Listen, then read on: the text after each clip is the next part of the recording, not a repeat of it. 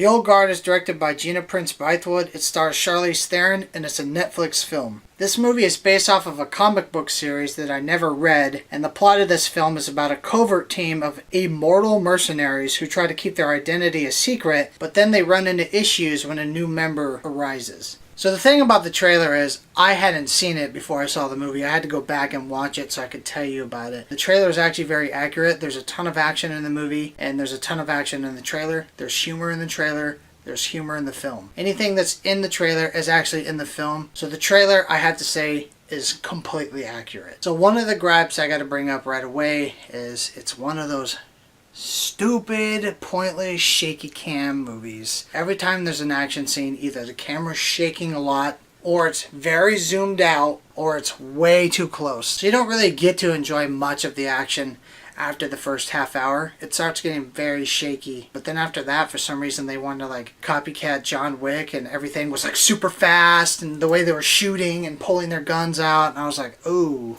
Yeah, John Wick didn't shake the camera, so if you're going to try and copycat that or follow it, I understand that most movies try to follow things like The Matrix change filmmaking. But they were trying to do the John Wick thing, but quickly, in a cheap manner. The camera work didn't work for me. The cinematography was really off. You could tell the stunts were very well planned and choreographed, but they were executed on camera poorly. And then a second gripe I'd have to say I have is the movie didn't know what it wanted to be whatsoever. I thought it did because they found a new girl, they're mercenaries, they found someone that has powers, because basically this movie is about people who have immortal powers. They can get shot in the head and they'll be dead for like 2 minutes and they'll come back to life, and they can keep dying over and over and over. So then they find this girl and they want to train her and show her how powers work because she's young and naive and arrogant. And I'm thinking, okay, well that would be a good direction, because then they'll train her and they'll go on missions. But then it turns into, oh, we have powers. Let's go find out who made us this way because they experimented on us, and then let's make them pay. And then when they get there, they're like, hey, what you did was wrong. We want to use our powers and our blood to make a cure for people. And I was like, oh. Ugh. So then the movie's just trying to be 2 or 3 different things at once, and I just thought it went off course. Like if they would have maybe wanted revenge for the people that experimented on them, it would have worked. Or if they wanted to find the people that experimented on them to help them find a cure for other people, that would have been different. But they went from wanting to kill these people to them wanting to help them, and I'm like, why? How does that work? Like, your mission's to kill him and then you want him to help you? Like, why are they going to help you if you're trying to kill them and then they're trying to kill you? It just didn't make any sense. So then when they get to this experimental facility, that's when the camera just all of a sudden, they're like, hey, we're on a time crunch, guys. We got 2 weeks to film this. Just hurry the fuck up, please. And they're like, okay, I'm just going to shake the camera. Okay, start fighting. And it's like, it's like, okay, keep going, keep going. Okay, cut. Good. It looks fine. If it's too shaky, we'll try to fix it in post. We're done. It crashed. The action just dies. I have to say the movie has money. I can tell it has a budget. It had a decent score, great cinematography, great set locations. Even the story was fine, and usually that's the weaker part. All the pieces were there, except for the action. And then when they decide not to shake the camera, the shot's like way back here.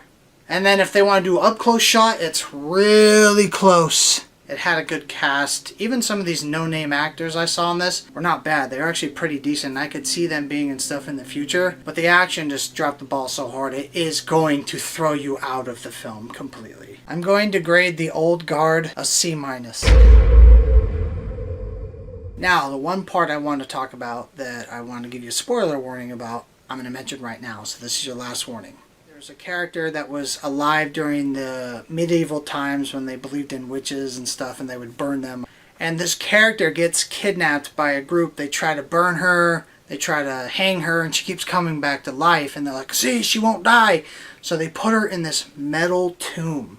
And then they throw her in the fucking ocean. And since she's immortal, she cannot die. So they show her in the water, waking up and dying constantly, and no one goes to save her. Think about that for a second.